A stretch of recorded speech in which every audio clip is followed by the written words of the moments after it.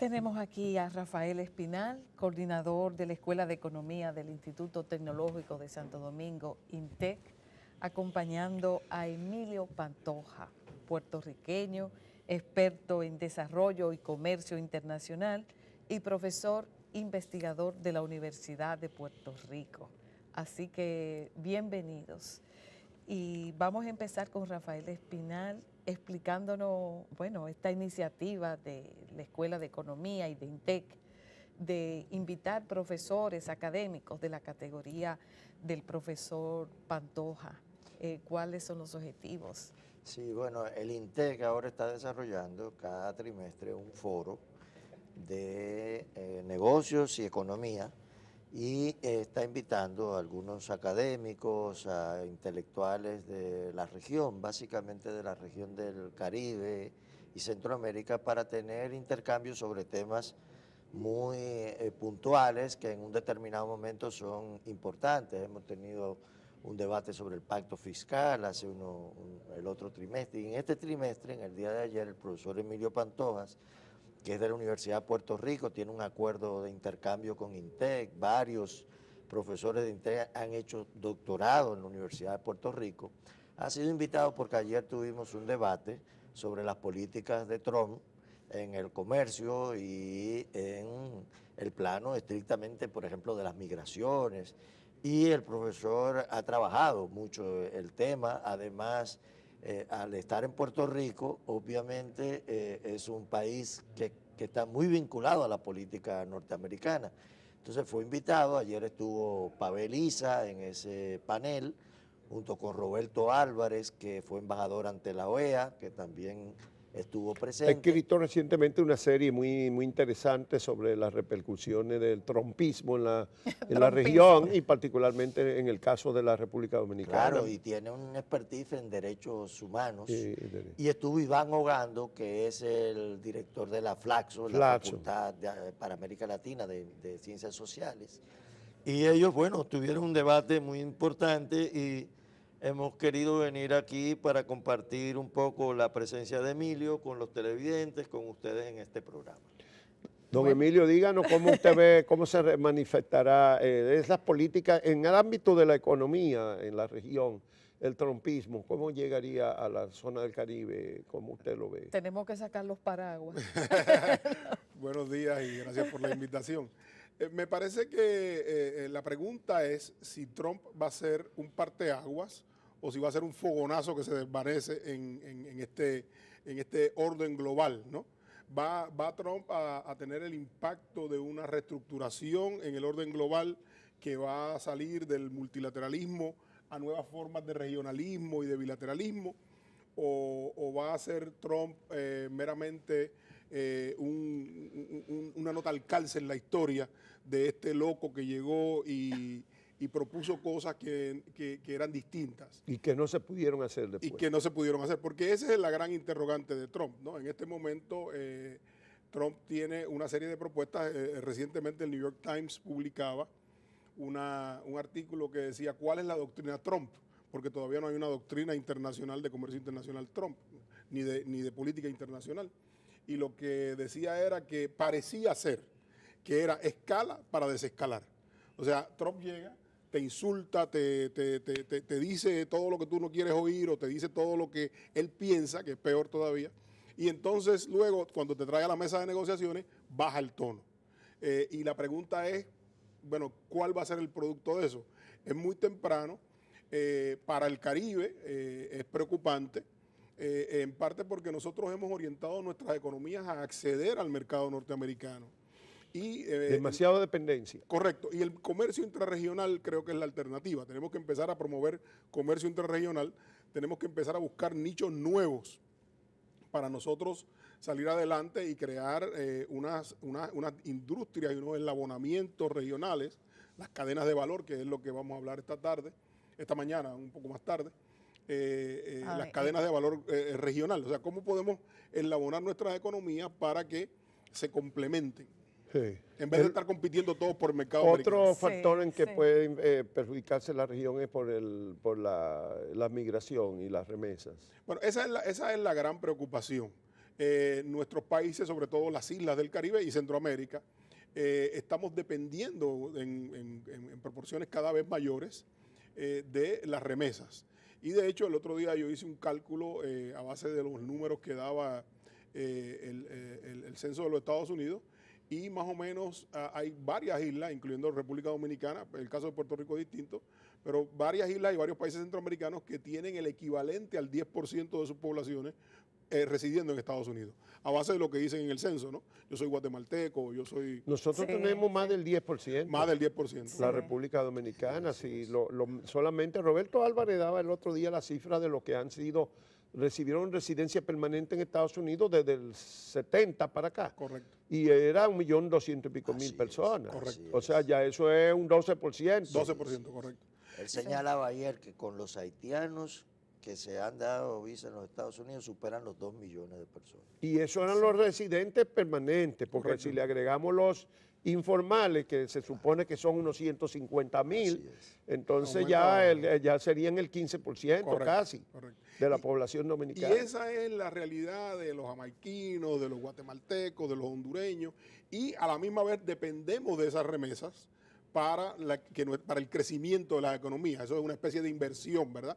Y de hecho incluso ha habido programas en México de estimular las remesas, dando incentivos fiscales para que la gente no tenga que pagar por la remesa en la misma cantidad de impuestos si lo invierten en educación o si lo invierten en un negocio.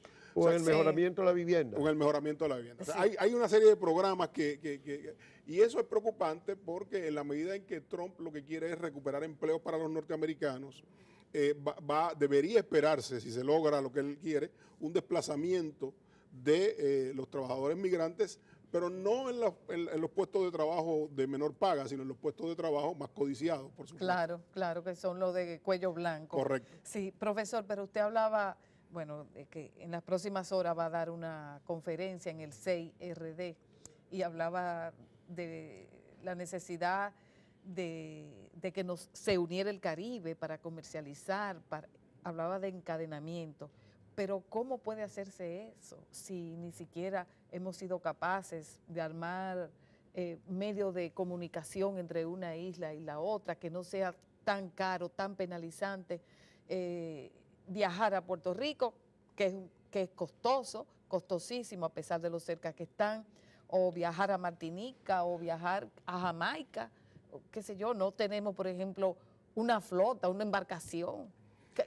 ¿Qué hacer? Ese es el gran reto, y de hecho un poco ese era el propósito de la Asociación de Estados del Caribe, que se fundó en los años 90. Uno de los proyectos era la transportación dentro del Caribe, ¿no? Para ir a Jamaica a veces es más fácil ir por Miami que directamente de cualquiera de nuestras islas, ¿no? Lo mismo a otros puntos del Caribe. Y yo creo que un poco quizás lo que debemos tratar de hacer, y es lo que yo creo que la crisis ha llevado en muchos casos, la crisis a veces lo lleva a uno a reinventarse, a reinventar los modos de hacer negocios, ¿no? Y quizás tenemos que empezar a buscar, yo vengo insistiendo desde finales de los 90, en que el Caribe tiene que buscar nichos. Somos economías pequeñas, nuestro futuro está no necesariamente en competir con las transnacionales, sino en buscar esos espacios en los que podemos ocupar. Por ejemplo, en el caso de Puerto Rico ahora, en medio de toda esta crisis y de que no hay inversión, uno de los productos que ha surgido como una esperanza de crecimiento económico es el cannabis medicinal.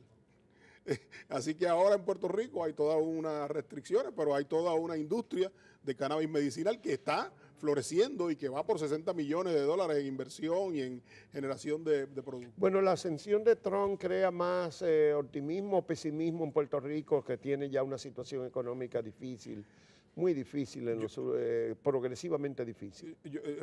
Yo no veo que a nadie le cause optimismo Trump, ¿no? Salvo a la gente que votó por él. Pero pudiera alguna de sus políticas reflejarse en beneficio. Se ve muy... Va a perjudicarlo más todavía. La palabra sería tétrica. Por ejemplo, en este momento, uno de los elementos de las reformas fiscales que tiene que haber en Puerto Rico es la reducción del gasto público en la medicina. Eso es especialmente para la gente que no tiene acceso a planes médicos, que no tiene acceso a hospitales ni a cuidado médico. En Puerto Rico hay un plan médico que lo paga el gobierno, que se llama Mi Salud. o la reforma, le llaman la reforma de salud, donde el ciudadano que no tiene acceso a planes médicos tiene un plan del Estado que es bastante bueno y que cubre las necesidades básicas. En este momento ese gasto es de miles de millones de dólares. El recorte que viene por el déficit fiscal es de más o menos 800 millones de dólares y lo que se esperaba era que si Trump, si el gobierno federal le daba dinero adicional, le daba paridad a Puerto Rico en términos de los programas federales, Medicaid, Medicare, etcétera, porque Puerto Rico no tiene paridad. Y lo que está pasando con la sustitución del Obamacare es básicamente que nos vamos a quedar sin nada. O sea, no solamente no nos van a dar paridad, sino que nos van a recortar lo que ya nos dan. Y ahí es que está, digamos, uno de los muchos elementos negativos. Pero todo eso enfocado a cuando uno ve las estadísticas de Naciones Unidas o de Oxfam Internacional de la concentración de la riqueza, y eso va a agravar la situación de clases medias, media y bajas. No se reflejará en un mundo de poca sustentabilidad en el futuro si eso prospera. ¿No será una mayor concentración de la riqueza en pocas manos? Bueno, eso es lo que está pasando. Eso viene pasando desde el orden neoliberal, ¿no? De la liberalización de del los mercado. 90, sí. El 1% de la población controla más o menos el 50% del ingreso y de la riqueza.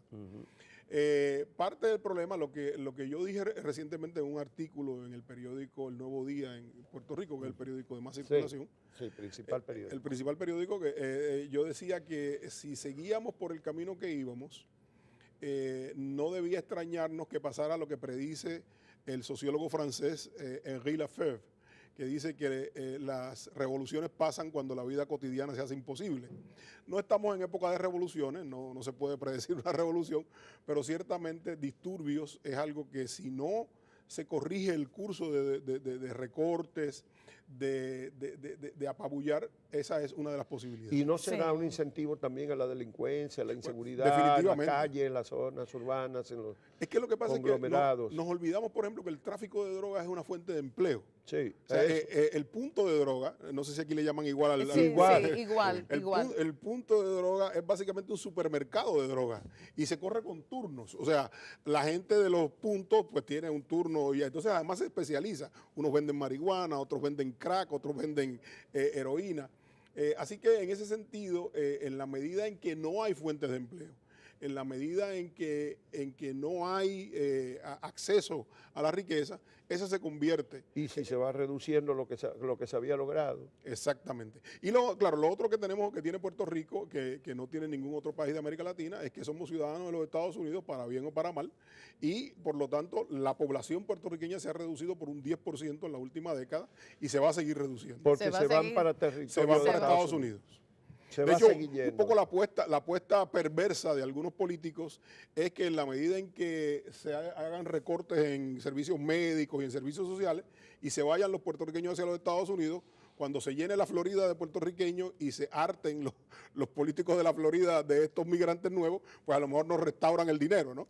Pero eso es una apuesta perversa, es una apuesta complicada, ¿no? Sí, se acabó el tiempo, pero el destino de los tratados de libre comercio.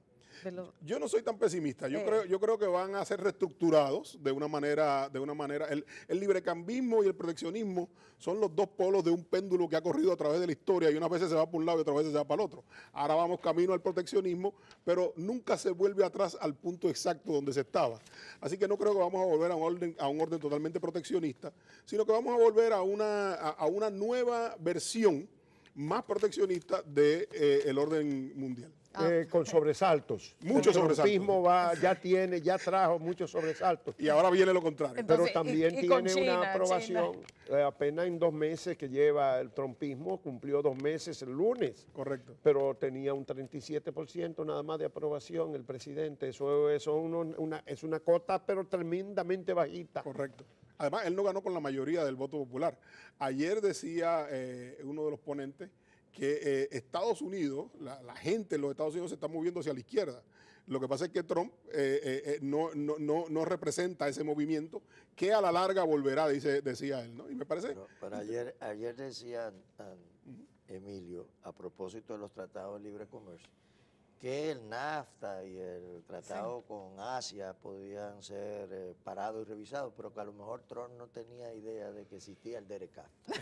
Bueno, Ay, Dios mío. muchas gracias al licenciado Rafael Espinal, economista, coordinador de la Escuela de Economía del Instituto Tecnológico de Santo Domingo, INTEC, y gracias también por hacernos partícipe de la presencia en el país del profesor Emilio Pantoja, investigador de la Universidad de Puerto Rico, experto en desarrollo y comercio internacional. Vamos a mantener abierto ese canal, profesor. Ay, Cuando sí. usted vuelva, lo invitamos de nuevo para ver si ya el trumpismo se ha clarificado un poco y vemos con más optimismo el panorama próximo de la región de Puerto Rico y República Dominicana. Deploramos que Puerto Rico perdió en la madrugada, medianoche, terminó después de la medianoche. Perdió de Estados Unidos después de haber tenido un desempeño invicto hasta anoche. Claro. Todos aquí estábamos con Puerto Rico. Claro, ¿no? claro Todos que queríamos el triunfo de Puerto Rico, lamentablemente no fue posible Sí, esta vez. señor. Muchas gracias Muchas de gracias. nuevo. Muchas Y a gracias. todas y todos ustedes por la compañía de este jueves. Estamos entrando en el declive de la semana ya mañana viernes.